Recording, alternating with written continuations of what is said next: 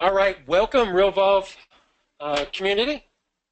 This is the Fireside Chat for Beginners, formerly known as Q&A for Beginners. My name is Mark Stepp. I'm the Chief Innovation Officer here at Realvolve and your host for today's webinar.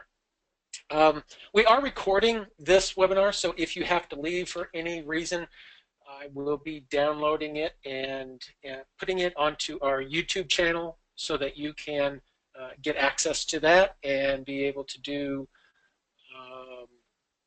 watch it as you need to, and there are other ones that are on there as well. So use that YouTube channel, use our YouTube channel as a good resource for all the different webinars that we have. So to kind of do some housekeeping, on the right-hand side of your screen is the GoToWebinar control panel, and in it there is an area called questions. Now, if you don't mind, type in your questions that you may have. If you prefer to, instead of typing it in, if it's something more difficult that you really need to explain to me, simply raise your hand. There's a little hand icon on there. You can raise your hand, and I can turn it on so that your microphone is live.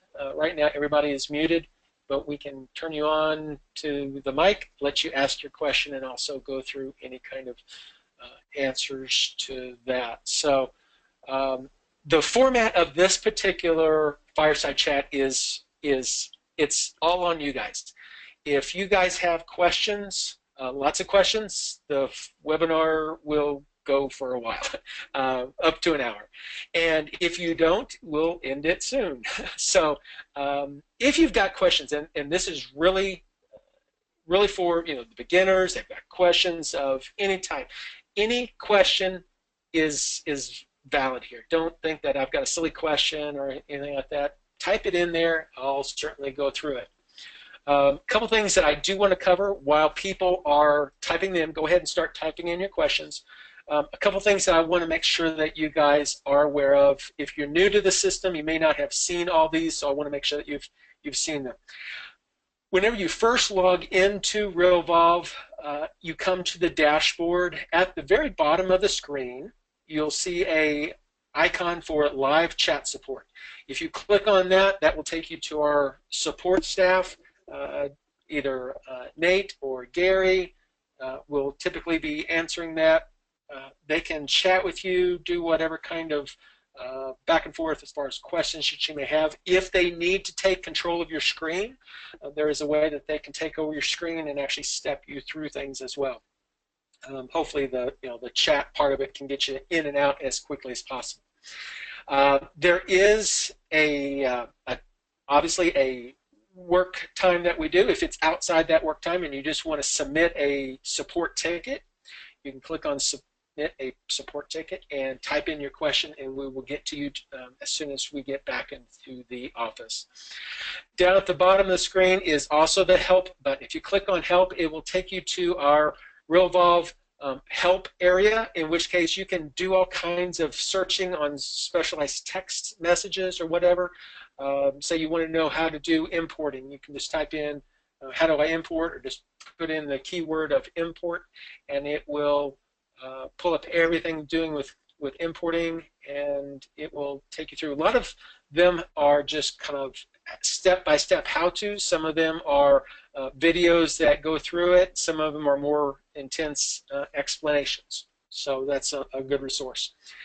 The other resource that I want to make sure that you guys are aware of, and we try to keep covering this, is the how do I that's over here on the right-hand side of your screen.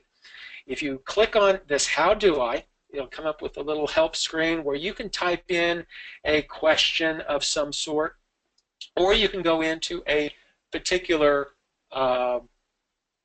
topic area, say contacts, and then there's lots of different topics that you might want to do. How do I add a tag? And then whenever you go through this, it actually steps you through it step by step by step. So how do I delete a contact? Well, if I click on how to delete a contact, it'll say, okay, click on the dashboard. So we click on the dashboard, it'll take us there. Then it will say, click on the contacts icon. I click on the contacts icon. It will then say, hover the mouse over a particular person, and there will be the little delete icon. Click on that delete icon to delete that person. So all the steps are there, step by step by step, on lots of different capabilities, and it takes you through it. So if you get stuck on a particular thing, it will take you through that process. You don't really have to watch a video. We do have in that, I want to make sure that you are aware of this, under the website links, there is an area here for our YouTube channel, so you can go straight to our YouTube channel and be able to see lots of other videos, in which case we've got lots of webinar stuff, lots of how-tos, the Q&As, a lot of great content that's there. So that's pretty much it for the things I wanted to hit on right away. Those are some help things to get you started, so hope that helps. Let's go ahead and start with some of the questions. And is there a way to mass delete activities in your workflow? Okay. Whenever you're doing any kind of workflow, actually I guess the question is this during the editing portion, or is this during once the workflow has started? Let me show you, well, actually let's go two different ways here. So if we come over here to the workflow area, and you've got items in here, there's really no way to do a mass delete of items. If you go through here, the only way that you can do this is going to each one of these, looking at the content, and then just clicking on the X to delete each individual item that you don't want in there. Now, obviously, if you don't want the entire workflow, you can just move over to the workflow, click on the little delete this workflow, and it will delete the entire workflow if you just don't want any of it. Most people don't really want to mass delete everything, so going through and deleting just the ones that you want. Now, if you have started a workflow of some sort, let me go over here to say we'll go to a transaction of some sort, and I'm going to start a workflow on this particular one, say a new closing. Actually, go to one that's got maybe some more content on there. Here's an escrow service, buyer seller. Now I'm just going to go through this, starting a workflow really quick. I'm just going to leave everything as is, click on next on everything, just so that I've got something in here. I'll leave the dates and stuff alone, as well as the people. So really what I just want to do is get one in there that I can actually delete. So if I look at my calendar, it may take a second because that is such a big one. It'll be updating here in a second.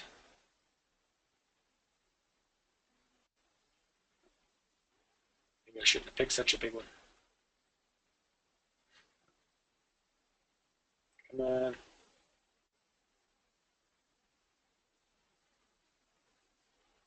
Almost there, I'm sure.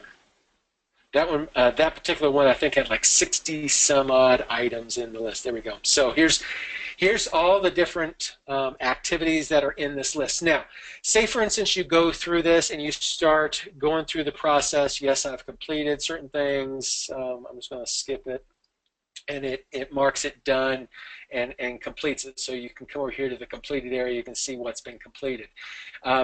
If you get through the process or part of the process, and all of a sudden the transaction blows up, it's not going to close. You need to stop the remainder of the stuff.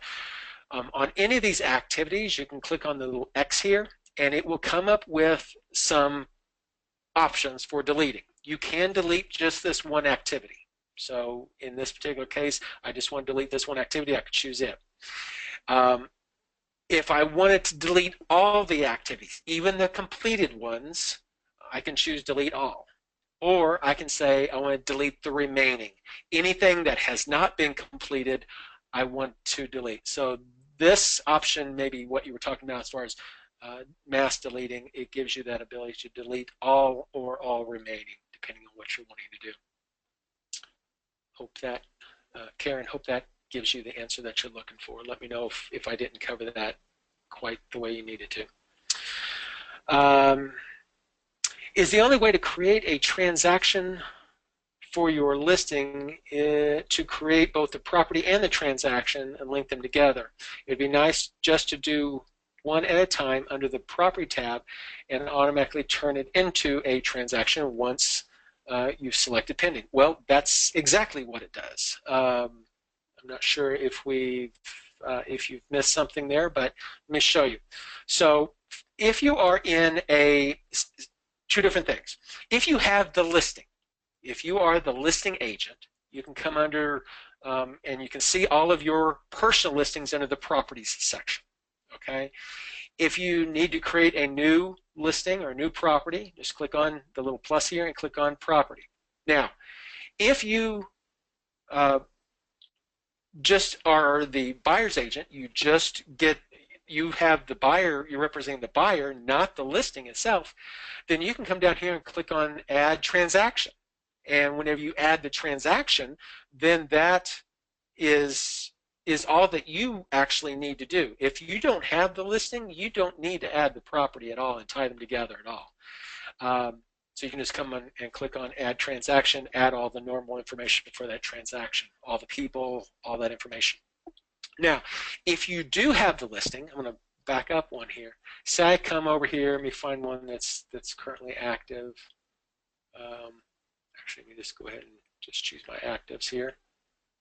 What a lot of people do is on your filtering, set it up so that you've got actives, pendings, and maybe pre-listing, just show those. In this case, I'm just going to show my actives, so I'm going to come here. Now, if I have had previously entered this, and I've put in the people, I've put in the seller, seller 2, I'm the seller's agent, so I would be in here as seller agent. Yes, I know it should be terminology-wise, it should be listing agent. It's the same thing in this case. You represent the seller, so you are the seller agent. It's not the same thing as selling agent, which you're representing the buyer.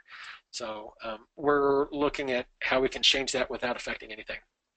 At this point, making sure that your information is in the seller agent is critical, and we've covered that in a video on our YouTube channel. If you come over here and make sure that you select your user, in this case I'm logged in as Joe Agent, I can come over here and click on Joe Agent and drag him into seller agent.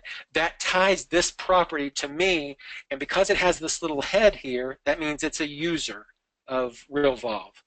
Annie Assistant's my assistant, Joe Agent is who I'm logged in, and making sure I represent the seller in this case. If we're dealing with a transaction and you're the buyer's agent, do the same thing for the buyer's agent. Just drag and drop your information in there. So now once I've got my seller information in there, I've got all my other stuff, and all of a sudden we now have a buyer, I can come over here and say, well, I need to change this from active to pending. Whenever I do that, it's going to come and say, do you want to add a transaction to this property? And then I can say yes. This particular one doesn't have an expiration date, so it's just asking if we want to put one in there. I'm going to say no for now. So what that does then is that goes ahead and creates a transaction, and it links it to this property automatically. If I come over here to the listing tab, scroll down, you'll see that there is a transaction now that's linked to it. I can click on that, and it will take me to that the transactional information that was created as well. And if I come over here to the people tab, had I put in the seller information, that would be in there. You'll see that Joe Agent's in here, seller agent, but it has all the other stuff now. Now I can supply the buyer agent, the buyer, all the title, escrow, whatever people that are involved. So that just gives me a way. So you can create them individually. Going back to the original question, you can click on the plus, create just a property or create just a transaction. If it is your property and you get a buyer, whether it's from another agent or if it's your buyer, you can change the active status from a property from active to pending, and then it will automatically create that transaction. Now, I believe there was a question at one point, if it's set as pre-listing and you, as far as the status on the property. If it's set to pre-listing and then you change it to pending, it may not automatically create that. I think we're looking into how we might be able to make that happen. But if you'll quickly switch it to active and then switch it to pending, it will allow you to do that. So hope that makes sense. Why are your contacts colors? Okay, so let me explain that. So over here on the left-hand side, I do have different colors on different contacts, and the reason why is because we are using, let me just go to Alfred here. Up here at the top, we have the A, B, C, D. The color is simply to show me what alphabetical item I have. I get that question a lot. A's are pink, B's are yellow, C's are green, D's are blue. So making sure that you can tell which is which, you can do that here. If you want to go in and update your contacts, you can do them individually. You can also click on the little View All button here, and it'll view all the contacts. You can go in here if you wanted to. You can go in and select certain contacts from the list.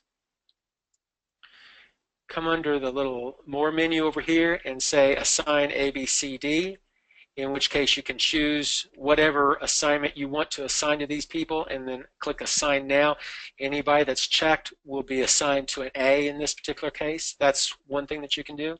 The other option that you can do if you want to assign your A, B, C, Ds, your categories, is go to the grid view, and it's this little button here, in which case it'll show you their picture and some basic information and their ABCDs. So you can go in here and you can just go down the list and mark them however you want through the list, and it changes that information as you go along. So hope that answers that, Rhonda. Good question though. On the dashboard in the contacts widget, when I click on a contact, it tells me how many A's, B's, C's I have. It also shows me my year-to-date referrals. Where does this number come from? Okay, so the ABCDs, just that is where those come from. So how many A's, B's, C's, and D's that you've got is from that. What she's talking about here is if you click on the contacts icon here, it shows you how many of each of those you have, as well as the year-to-date referrals. The referrals piece of it is done like if I go back to Alfred here and I go under contact, and say for instance he was referred to me by Jim. Let's see who I have here. John. I'm not sure who all I have here. John George. And he was referred to me on a particular date, say February 24th. So that stores that information in there, and I can come over here at any time to the referral icon. If I wanted to say, well, show me everybody that John George referred to me, I can see that Alfred, he's the only referral at this point that was given to me. And also if I go back, now it may take a little bit of time to update that dashboard. It updates regularly, like every, okay, but it did go ahead and do it. So I had 0 in there. Now it says how many have I gotten in this calendar year so far, and it's 1. And at some point, we've been discussing some additional drill downs, in which case clicking on these items will drill down into those. That's not there yet, but that's coming. So hope that helps, Jennifer. In contacts, is there a way to note a person's age if you don't know their birth date? Well, no. You do need to be able to put in their birthday. If you don't know, the challenge there is if you don't know their birth date, that age is only going to be good for a little bit. I mean, you know, if you don't put in an actual date in there, 2 years from now, whatever data you've put in there is no good. And honestly, if you don't have a date in there, bam, that is a good reason to give Alfred a call and say, hey, Alfred, I was just updating my database. I noticed I didn't have your birthday. Would you mind if I get your birthday? We try to keep everything up to date, and that's an instant contact. That's an instant reason to contact somebody. So if you don't have their birthday, ask them. Hope that helps. But yeah, you do have to have a birthday in order for it to calculate the age for you. I want to know how to send text or email reminders to a contact automatically through the calendar. Okay, so we do all that through workflows, and what we typically do is tell you, think about the different ways you would use your workflows. In this case, you're wanting to send them a text reminder, a text or email reminder to yourself. So every so often, how often do you want to contact these people? So what you would do would be, first off, coming over into the templates area, you can create your emails and your templates emails or your text messages as templates. A template is just that, just the message template that you would be sending out. So we've got a lot of these are just email type messages. They use merge fields and stuff. Some of these could be SMS text messages. If I filter this down, say I got a new lead and I wanted to text myself who that lead is, so there's some text message templates that's available as well. So create your templates first. Okay, then you can come in under the workflows and let's say we're going to create a new workflow. I'm going to create a workflow. I click on the plus, I'm going to create a new workflow and click on continue. This creates a blank area here so that I can give my workflow a name, and let's just say monthly contacts. I'm just going to say I want to contact people in some, or actually let's name that something different. New lead contacts. A new lead comes in, you want to be able to contact them every so often. We're using this with contact. Obviously, it doesn't have anything to do with a property or transaction. We're just dealing with the people. And the reason why we need that is to know which merge fields we want to use within our templates and checklists and stuff. So I'm going to choose contact there. The rest of the stuff you really don't need. You don't need to worry about it at all. I'm just going to click on add. So now we have our basic description, new lead contacts. What do we want to do now that we've got a new lead in? How often do we want to contact them? So I'm going to click on add another activity to this workflow and say we want to do the initial email. Just the very first thing that I want to do, I want to send them an email. Now you can categorize them. It really doesn't do anything other than just a quick category of email. You can give it a color if you want. Who's going to be sending this email? Is it me, Joe Agent, or will my assistant be doing it? Or somebody that has a certain role, the record owner. I mean, there's a couple different options that you can pick there. I'm just going to use Joe Agent in this particular case. And it's going to, for contacts in this aspect, it's going to automatically choose the workflow contact, who I'm starting the workflow on. So I don't really have to worry about that too much, but I want to go ahead and choose workflow contact. When do I want to send this one out? Well, this one is going to be 0 days after the start date. I want it to go out, technically I want to go out immediately. So I'm going to just leave it at 0 days after the start date. That is the default there. And over here on the right-hand side, I've got an action. And this is the critical part of this. So we're going to create an action on this activity. I'm going to come here and say, click on Create Action. And the title on this is, I'm just going to say Send Email.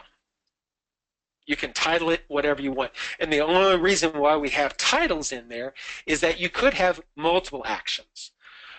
Because this is just a quick email, I just want to send it out immediately. I'm only going to create one. I still have to give it a title of some sort, which I'm going to call Send Email. So in this case, we're going to send a message. I'm going to send it, and let me explain this real quick, what the different options are. We can send it manually with preview, meaning as soon as you start this workflow, it'll create an activity in the calendar, but you have to send it yourself manually. Okay, that is an option. With preview means it'll give you the option to preview it before it goes out. There is an option to send manually without preview. You still have to initiate it, but once you initiate it, it just goes out. It doesn't give you the option to preview it at all. There is an option here called send automatically.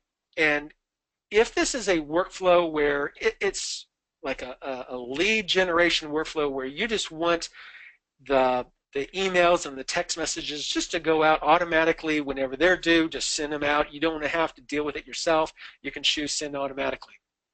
The one exception to that is on your very first one, if you want it to go out immediately, as soon as that lead comes in, maybe you've zapped them in using Zapier, you start the workflow off of that zap and you want to have it immediately send out, then choose send immediately. And what that does is as soon as that activity is created, it automatically, even though we could have chose automatically, there's some timing options on that, and the send immediately is a better option for you if it's the very first one and you basically want to auto respond is really what it comes down to. So I'm going to choose send immediately. What do I want to send immediately? I want to send out my email. And what do I want to send out? If it's the thank you or thanks new lead, thank you for registering. Whatever it is that you've created in your templates, you can pick that. Now, there are some options for starting other workflows, for ending other workflows. I don't really want to go into that right now, but there's some very sophisticated capabilities here that give you some real power. With great power comes great responsibility. There's some cool things that you can do there. Hang tight on that. You'll understand it more as you get into it more. At this point, I'm just going to click on Save down here at the bottom. So what this does is this very first activity just initiates the initial emails. Will send out an email immediately is what that's going to do. And if you want to edit it, you can just click on Send Email, make whatever changes, and click on Save. Now, once I've got this created, I'm going to click on Add, and that adds that activity to my workflow. In this case, it's just one activity in the workflow. Maybe I want to add another one. So maybe I want to at the same time say, well, I want to 4 days out. Still Joe will do it. With is still the workflow contact. And when do I want to do this? Well, maybe I want to do this 4 days after the start date. Okay. What do I want to do? Well, maybe I want to, in this case, I want to send an SMS text. I choose my send automatically because I want it to go out automatically at a certain time. In this case, I'm going to choose send an email message or SMS message, sorry, and then I can pick whatever message that I have. Now I'm just going to pick something. Obviously, none of these are really good options. Had I had a good piece in there, it would pick it and then click on Save. So in this case, I've got 4 days out. I'm going to send another one. So hit Add, and it adds it to my list of items in my workflow. So you can add as many different activities to this workflow that you want. Okay. In this particular case, it's very linear. And linear meaning day 1 do this, day 2, day 3, or week 1, month 1, whatever. You can create as long as you want as far as many activities. Now, whenever you either manually add new lead contacts, so whenever I come over to my dashboard, maybe I come to Alfred here, maybe I just typed in Alfred into my system, and I want to start him on a workflow. I can come into my Radar tab, click on Start a Workflow, and say new lead contacts, a lot of different ones in there, and then click on Next, and in this case, it's just got the two things. Click on next. And when do I want to start it? Well, I could start it today. And by default, that's what's the start date's always going to be today. If I really didn't want to start this until tomorrow, maybe it's the end of the day or something, or it's really late, I want to send out first thing, you could do that. But go ahead and click on done. And because I had set immediately, this one email will go out immediately. Now I've got a bogus email address in there. I'm going to go ahead and click on done. And if I look at here, boom, there's that subject. It went out to the address, and this is going out to Kathy's address, my wife, just for testing purposes. I have her email address in there. But you'll see that it was sent, and if I come over here and actually I need to refresh this just a little bit. It may take a second or two for it to register, but it will show you that the email was processed, and then also that the if it's been received or opened or whatever. So that gets that one started automatically. And then over here, if I look here, 4 days out is on March 13th, it'll send it out that SMS text message as well. Now, the one thing that I didn't show you was whenever you first get into Realvolve, and one of the things that we have on our onboarding steps is there's some setup things. One is to turn on message Autosend. There's a setting. By default, we turn it off. We have it off by default because we don't want you sending stuff without you knowing that you're sending it. So if you come in under settings, and you only need to do this one time, come in under emails, there's this auto send message, and this auto send message has to be turned on in order for it to either auto send or immediate send. Any of that has to be on before it will allow you to automate the messages. Okay, so make sure that's on. The other thing that I want you to make sure you know of is for the auto send, you can specify what time of day do you want to automatically send your emails or your text messages in the event that that activity does not have a time assigned to it. If you have, say for instance, a workflow that says at 2 o'clock send this email, it'll send it out at 2 o'clock. But if you don't have a time associated to it, it just has a date, then it will use whatever time is associated to your automated messages. So you can pick, 6:30 in the morning, and they just automatically go out for you that are set for automatic. Once you set these the way you want, make sure you click on the update, and then that will make sure that your emails get sent out. There is a little timer type thing in there, so at 6:30, it could be 6 up to 3 minutes, around that range. I think goes out every 3 minutes or so. So that will give you what you need there, I think. Ivan, did that answer all your questions? If not, let me know, and I will try to cover anything else that you got. Fields for seller, listing agent 2, as well as buyer's agent 2 possible. Okay, so yes, whenever you are in a property, a transaction, or whatever, we do, under the People tab, we do have a seller agent by default, but you can come up here under Add Party Members, and we have Buyer Agent 2, 3, and 4, as well as the Seller Agent 2, 3, and 4. And same thing for some attorneys and stuff like that. So Dallas, that should get you what you need there. Let me know if that's not what you're asking.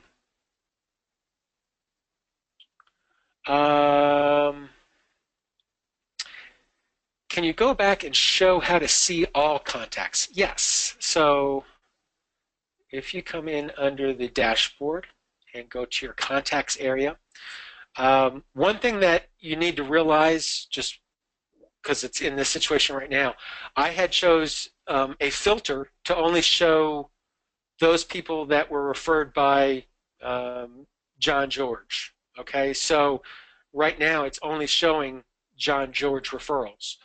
If I come over here and click on the little X to clear my filters, the filters stay on until you turn them off, basically. So if I leave Realvolve, I come back in, they still stay the way they are.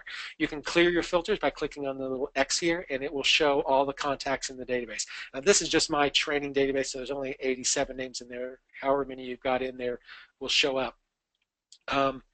And this little chevron that's to the right of the number of contacts that you've got, if you click on that chevron, it will show you the view all screen so you can see everything. So that little chevron icon there.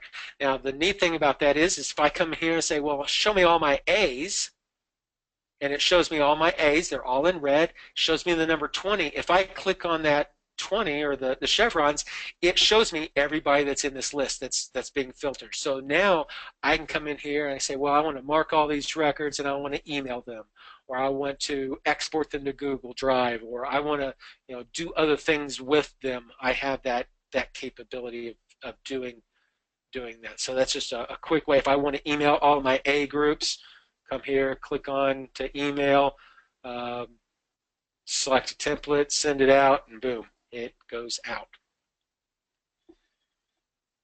Karen, hope that helps you. Have contacts that buy/sell a number of properties per year. Can I see all the properties and when bought and sold for that contact in one view? So if I go to, let me clear this out and see if I've got Jim Scott. I forget if I have him in this database or the other. No, the other. Let me go to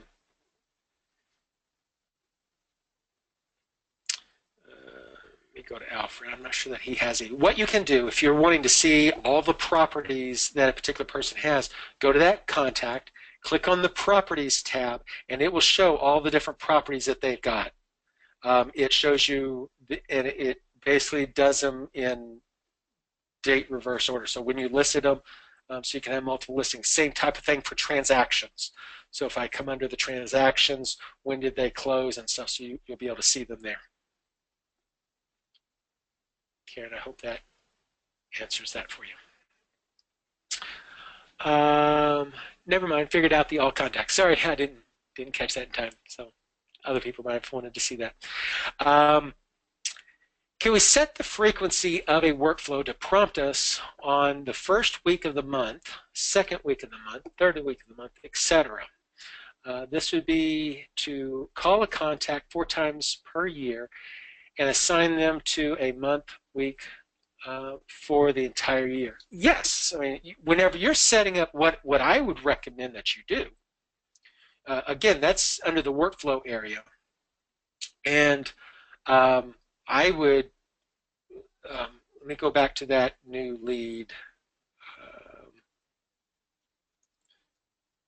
contact, just as a for instance here. So in this particular case, you start them on whatever starting date that you want.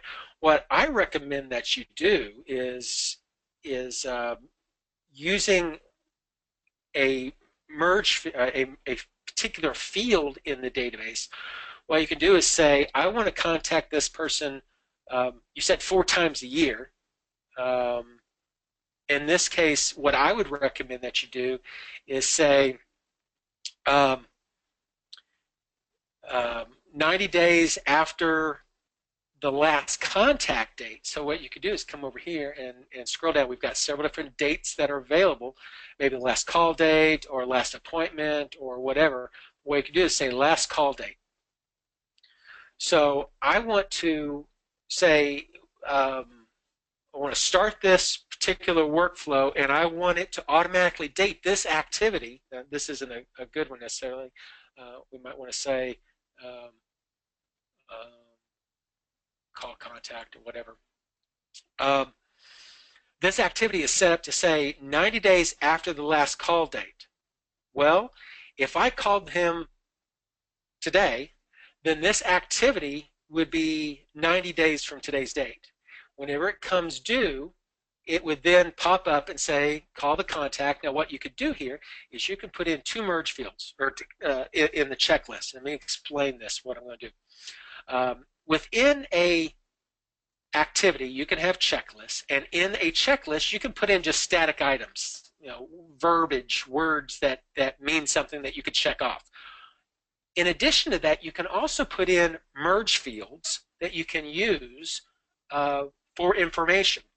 And one of the merge fields might be that you want to put in some note information or the last call date. I'll explain this here in a second. And then also notes. And think of something else. Actually, I'm going to, on this one, we're going to do a few changes here. Last call date, note, I'll just leave that. I'm going to take this off and call contact, update that, and I'm going to delete this one. And I'm going to come up here, I'm going to rename this to new 90-day contact. Since I was just using that as a bogus one before, I'm just going to reuse it. So here we have a workflow, and on this workflow, it has one activity.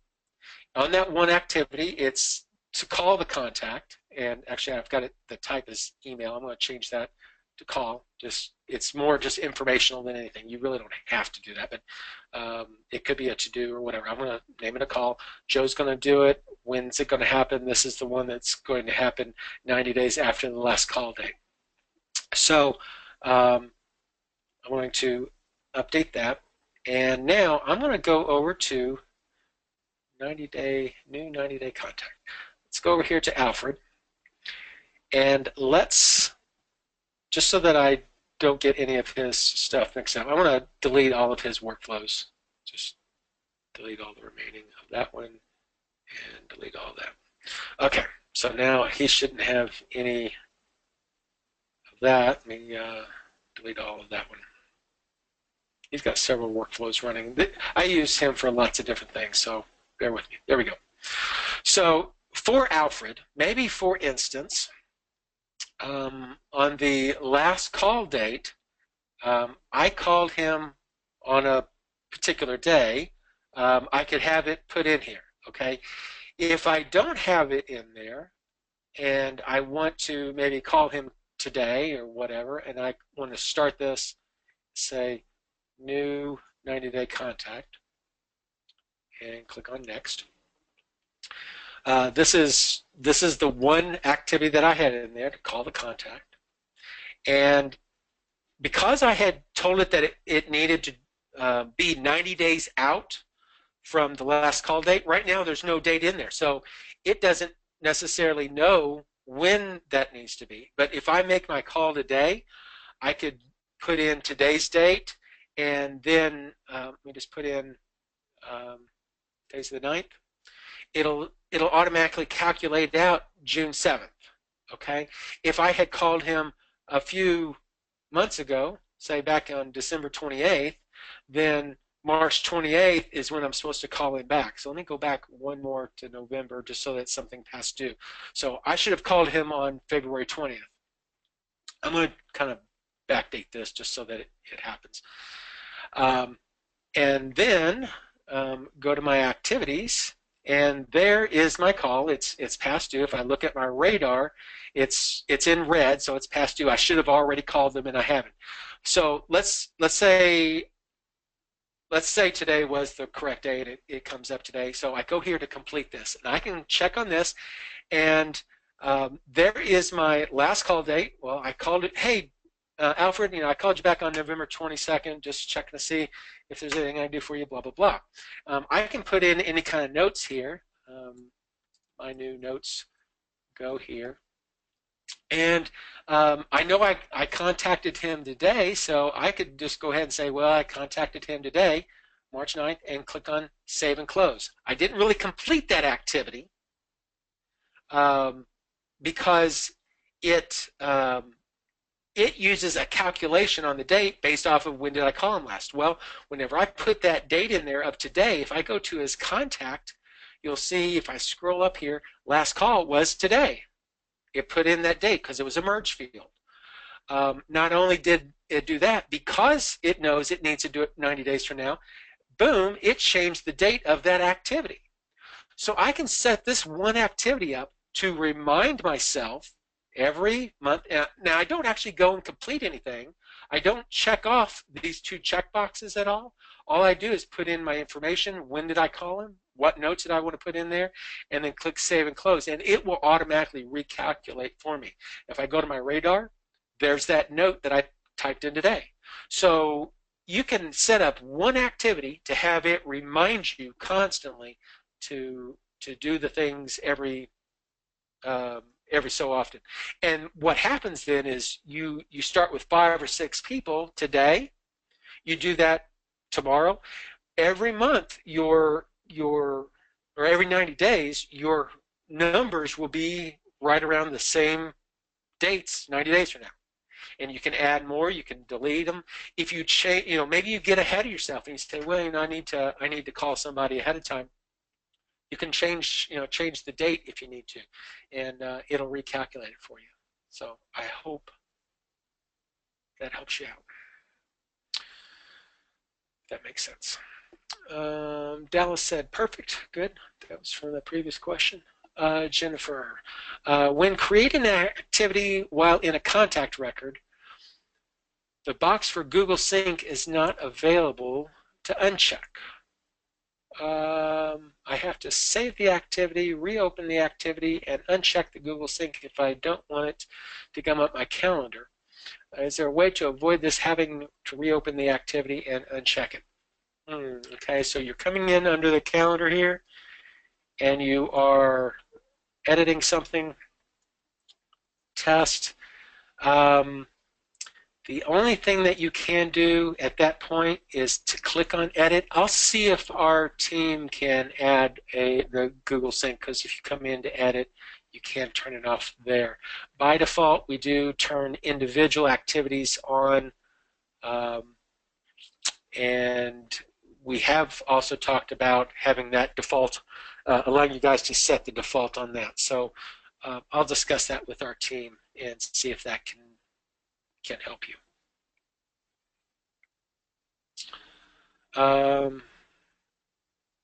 Dallas again. Can you quickly walk me through how to set a workflow task due date that is dependent on the completion of a preceding task? Great question. Yes, I can show you that. So let's go to a new listing. I think, I don't know if I have one here, but we'll go ahead and do it on this one. Let's say, so this is a new listing workflow. It's set on the property, so we'll do it on this. Okay, open the new listing. This is just one activity. It has some checklist items on it. Did I put the sign in the yard, lockbox in the door, enter the MLS, and did I enter an expiration date? Okay, say for instance, I've got another activity that I want to do. I'm going to add another activity here, which is maybe assign the photographer, for the lack of a better one. And either Joe or Annie will do it. In this case, Annie will do it. The party that's involved on this, we can go ahead and on this particular one, we may want to go ahead and assign the party member of photographer. If we know the photographer, we can fill it in. If we don't know them yet, we can leave it blank, and I'll show you how that happens in a second. So something dependent on another one being completed is done this way. So you can say, I want to do this activity, assign the photographer, say 2 days after the completion date. And the completion date of what? And down here at the bottom is a choose the activity, and the only one I have available is my first one in this case, so open the listing. That first activity that I had in the list. So it's going to be 2 days after I complete this open the listing, it's going to assign the date to this one.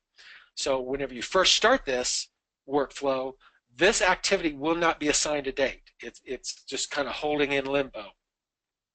Once you complete the open a new listing, the day I complete it, then this activity then is assigned a date 2 days after the completion of this one.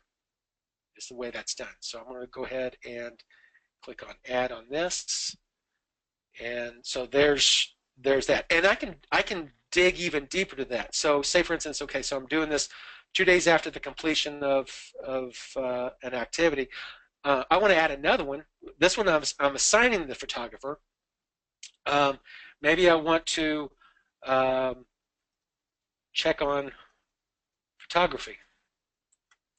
And in this case, Annie's going to be doing that again. And again, I'm going to go ahead and choose my party member of photographer. And when is this? Well, in this case, maybe I want to give them 4 days after the completion date. In this case, I'm going to choose assigning of the photographer. So I'm going to assign the photographer, then I'm going to give them 4 days before I'm going to check on the photography. And then I can say, I could have a checklist on this even to say, did photos come in? Just as a checklist. And what I can do, this is one thing that's kind of cool, is if, say for instance, they didn't come in, what would you want to do? Well, you might want to send an email to the photographer, right? Well, in this case, we know that the party member on this is photographer on the with, so I can come over here and say create an action. Maybe I want to send email, and the email, in this case, I'm going to send automatically. Actually, I may want to do it with preview just so I can show you guys. And send an email, and the email in this case is photos back, pin photos, photo shoot request. Okay. I'm going to just choose one here. I would preferably have a template that says, "Hey Johnny, just want to check on the photos on 123 South Main Street." You know, have some kind of template that has that information on it, so that he could then reply back to it. I'm going to call it photo shoot request. The thing about this is I only want this option to be available if my checklist is not complete. If I don't check this off, then I want to be able to send this email. And down here at the bottom, because I have a checklist, there's another option down here at the bottom that says action for incomplete checklists. I hope I'm not going to lose anybody here, but what this does is this says only make this action available if I have an incomplete checklist. And what I want to do is I want to send this email, and maybe I want to give them another day to respond, so that this activity, even though it was 4 days out, if I didn't get it, it'll send the email, and it's going to wait another day, and then it'll come back due again. So I've dealt with it. It'll go off my calendar until tomorrow. So let me go ahead and click on add. So let me show you how this works. Add a new listing. Come over here to dashboard, and we go to a listing of some sort.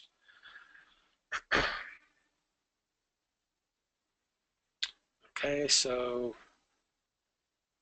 is there a new listing?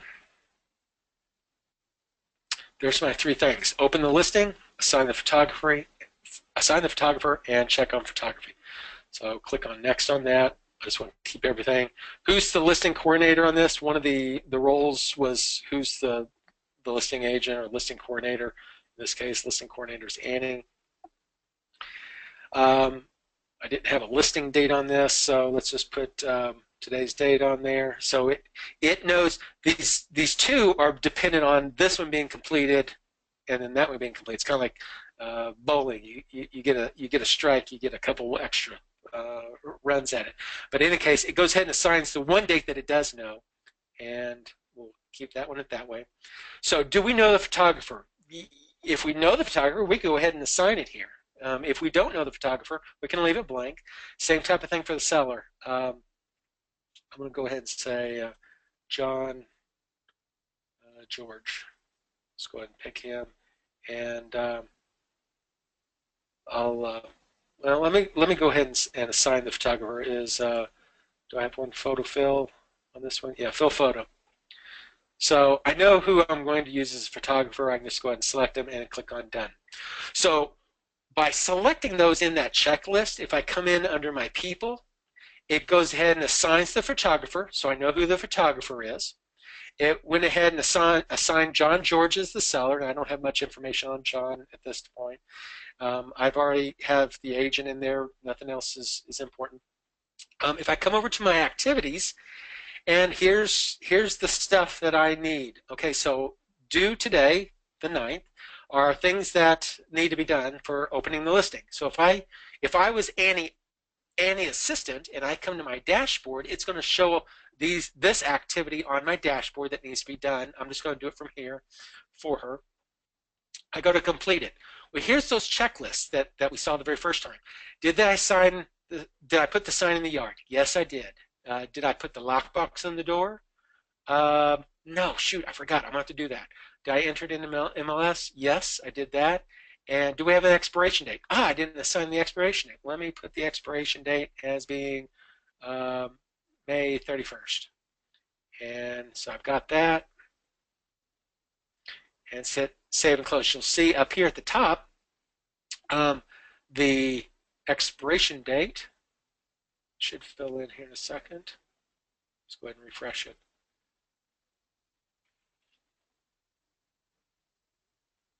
Whenever I share my screen. Okay, so because I filled in that date in the checklist, it goes ahead and fills in the date for the item. But you'll notice that, hey, it didn't complete that activity. Well, it didn't complete it because I didn't complete all the checklist items, right? Therefore, these other two items still haven't got a date assigned to them. So I come back over here. I've gone ahead and put the lockbox on the door. I can now complete that. I check that off, hit save and close on that. So that updates that item. And just refresh it.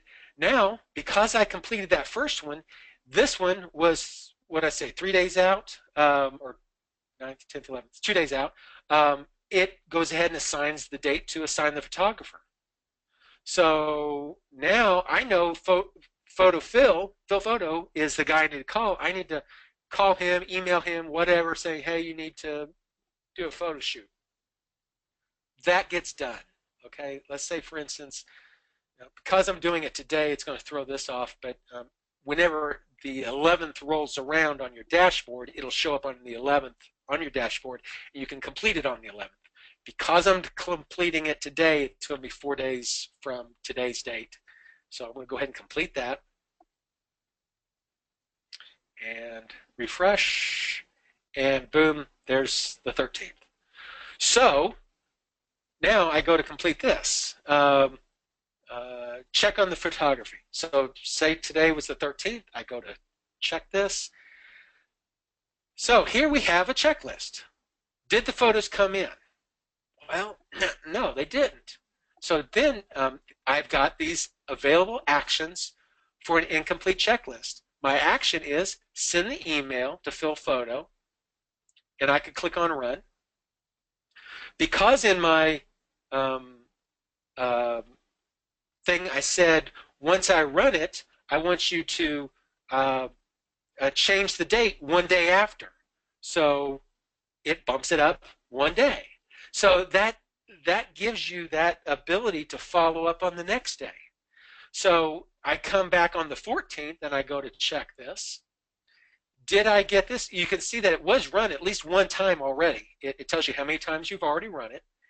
And did the photos come in? Yes, they came in today. Great. So I can check that off. And because that checklist is checked, and because there was only one action available if my checklist was incomplete, the actions go away. if I had other actions, they could show up, and then I could click on save and close. So this thing helps keep you in order for the things that could happen and the things that haven't happened, and you can branch different directions. Had I had two actions, one action might be to send an email, one might be send a text message. Maybe the second time around, instead of sending them an email, send them a nasty text message. Hey, Phil, get your butt in gear. I still need those photos. And you can progressively go through different options there. So hope that helps that. I know it is 2 o'clock. I'm being awful verbose in some of these things. So if you guys want to stay around, I'll still stick around and we'll still keep going through this. If you guys need to leave, I'll be posting this as soon as we finish the webinar. I'll post it onto our YouTube channel. Plans to sync to local Apple contacts, etc. Not yet. We do have our iPhone device piece, in which case, if you want to add contacts from your iPhone into Realvolve, that's available. If you, but we're not currently syncing to Apple contacts. You do have the ability to set up your Apple phone to sync to Google, and we do synchronize to Google, in which case, whenever we synchronize to Google, it'll go to your phone, in which case it should go to your Apple contacts. So we can kind of get around it that way, but it's not a direct sync to the Apple contacts. Sorry about that, Carrie. That preceding date function is what sold me on your product. No other than the evil top producers seem to do that. Bravo. Thanks, Dallas. Appreciate that. Yeah, we do a lot of things that no others do, and really coming down on the workflows, that branching capability, the multiple actions. You can even set up multiple actions, one action or multiple actions for the incomplete checklist. You can set up multiple actions for the completed checklist. And had I checked everything, there might be some other things that you want to do, so you can branch different directions. There's all kinds of really cool capabilities that just none of the other products do that. And thank you for giving us some accolades on that. We did work hard on that. OMG, incomplete checklist action is amazing. Good grief. Where have you been all my life? Thanks, Alice. We've been around, but that is a feature. For those that don't know, I've been doing CRM database stuff for 25 years under a different product. We've taken a lot of the stuff that was in that old product and made it new, and took the ideas that we just couldn't do in that old product, knowing what you guys need, and put it into Realvolve. And we've still got a lot more to go. So hang tight. We've got some really exciting things coming down the road. Dallas again. Team dashboard would be great with the ability to toggle between team members, data, and a combination of team members. Yes, that is. We have one of our big movements for this next quarter is for updating the dashboard for teams. So hang tight on that one. We'll be keeping track of if you're a team leader or if you are the admin, there'll be some additional widgets that are available so you can see the activities that the other users have created in their calendar that have not been done, that need to be done, that have been completed. So you can really, if somebody on your team has a bunch of things to do today, they have a bunch of past due items, and they have a bunch of things coming up, that's a big red flag that they're not getting their job done, and either A, they're lazy, or B, they're just in overwhelm and they can't get everything done, and you need to help them. So giving you some tools to be able to help your users is where we're headed. So hang tight on that.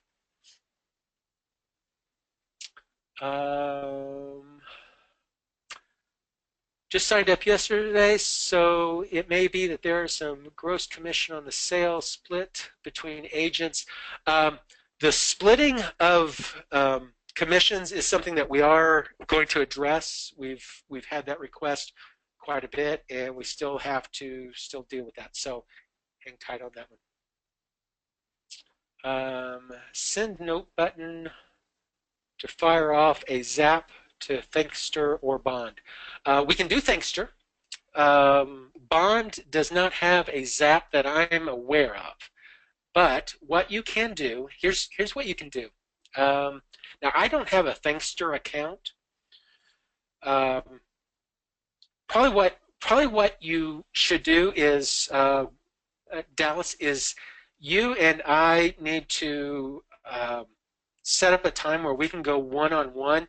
And if you've got Thankster, I can help you set up a zap to do that. What you've got to do, and I'll just kind of cover it really quickly, is we do have, let me see, I've got a template that uses, let me turn off just text messages. It's called a reverse zap. And what it is it is a matter of setting up a template like this. Okay, so I set up this template to do a Ring Central dial. And hang with me for a second here. What I'm doing is I'm prefixing this template with a phone number who it's from and a phone number who I'm going to dial. Now, you could do the same thing for Thankster, where you're setting up a person's name and their email address, just as a for instance. Okay, so you set up this little template, and from a contact, you could start a workflow that uses this template to send to a zap, a certain zap that you've got that reads this information, the email and the person's name. It takes that content as a parsed email and then starts the zap on a Thankster zap action, and uses the two fields that you use, being their name and their email address, to do whatever it is. And you could have other fields in there. I don't know what all Thankster allows you to put in, but you could use a note, you could use different types of content in there to be able to send that thank you note to them. But it's a matter of setting up some parser stuff. And what I would really love to do is, if you have a Thankster account, let's do a little video together and make that available to other users. I've got out on our YouTube channel, I've got the, let me do a search here for reverse. We do a reverse, I did a reverse webinar with Liz Southard about, she sends a lot of stuff to fill out some forms, and it's like there was another one, actually the Ring Central, I think, there we go. This one here basically takes you through that process of going through and creating a reverse zap. So you might just do a search for Ring Central and get the idea if you want to do it yourself. Otherwise, let's set up some time together, and I'd be happy to go over that with you. Last question on here. I have a VA admin person as a team member. When is the team member feature expected to arrive? You don't specify except soon. Yeah. I'm pretty bad at not giving dates, because I don't like giving dates, because I'm setting myself up for failure. The VA admin person, I mean, whenever you're doing admin stuff, you can set up workflows and stuff for them now and make sure that they get those things done. Whenever you're in your calendar, if you come over here to your dashboard, one thing that is there available for you, just so that you know, if you come over here to the activities, I can say, well, I want to see all those activities for any assistant. In which case, I don't know that I've got any in here. Let me see if I just reset those. Okay, so I can go in here and take a look at everything that is due just for any assistance. So you can still check on people. You can go to your calendar and say, well, show me the calendar on people. Just the dashboard, if I go over here under the more option, I can say, show me everything that's just for Annie on the calendar, and turn off the Joe agent and be able to see those things that are just for her. The dashboard item is going to give you some perspective, some hints on who needs help, that type of stuff. But you can still do a lot of stuff with assistants, with team members, and stuff like that. So don't think that it's not useful right now. It's very useful with what we've got. Can we set the frequency of a workflow to prompt us on the first week of the month? Okay, so maybe I didn't cover that well. You can set it up so that whenever you start a workflow, let me go back to that. Well, actually, I mean, this is just you could do it as an individual activity. First week of the month. If I come here and say first week of the month, maybe I wanted to do it on Wednesday at 8 a.m.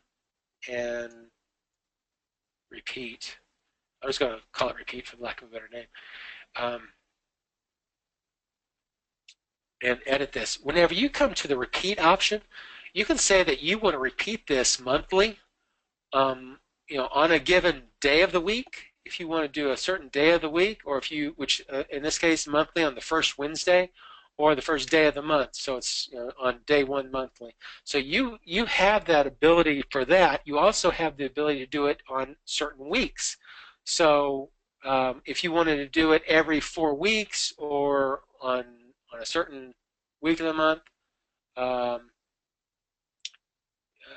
let's see, first week of the month, second week of the month, that's really going to be on the monthly option. Just assign your activity on that first week, and then it's going to repeat the first Wednesday of the month, and then if you do another one, the second Wednesday of the month, or whatever. As long as you have the starting date on that week, then it's going to repeat and do that. So you could have your reminder set to be every, you're going to set up multiples of those, one for week 1, one for week 2, one for week 3, and then that way it's just going to remind you.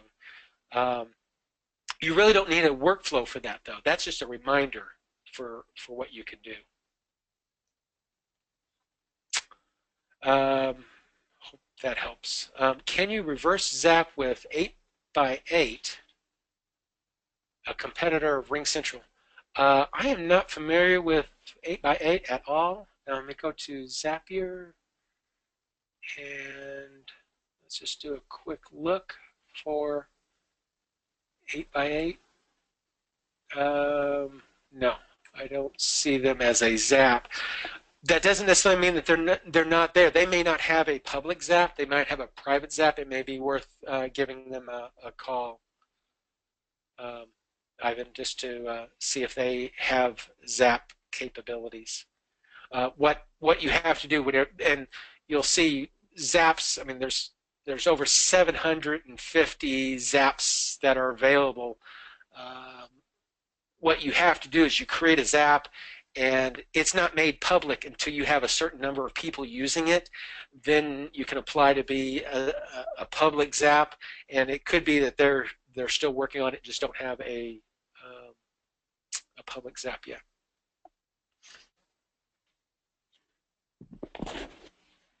How do you change it from the first Wednesday or month to the second Wednesday? Again, that's going to be starting that activity on the first Wednesday of the month or second, and then it's going to, if it's on the second week of the month where we're starting it, it knows that if you're doing the repeat monthly on that option, on this first Wednesday, second Wednesday, you can, doing the day of the week, if you start it on the second Wednesday, it'll know that it starts on the second Wednesday and then just repeats the second Wednesday of every month. I know that may not be a great explanation, but if you start the activity on that second week and do the repeat, it'll know at that point when to do it for you. Power dialer like Mojo or Vulcan 7. We have a team doing the design work right now for our own dialer. We do not currently integrate with Mojo or Vulcan 7 other than being able to export contacts to them. However, let me just see real quick. Mojo Help Desk, they don't have one, and Vulcan does not have a Zap. So neither one of them have Zaps for us to be able to integrate with yet. Both of those have come up multiple times, Dallas, and we have not actually pursued it yet, but it may be something that down the road we may pursue an integration with Mojo or Vulcan 7. Both of those have been asked before, so I don't have an answer for you on that one at this point. Okay, guys, it is 15 after and 17 after actually, and unless you guys have anything else, we're going to call it a day. Hope this was helpful for you guys. We've got one more next week, and you can sign up for it if you've got any other questions. Again, you can visit our help staff websites, videos. We've got lots and lots of content for you guys to be able to utilize. So don't be afraid to use it. Between the how-tos and the live chats and YouTubes, we've got lots and lots of stuff for you. So hope you guys have a great rest of your week. If you have anything for us, let us know. We'll be happy to help you out. You guys have a great day. Talk to you later. Bye.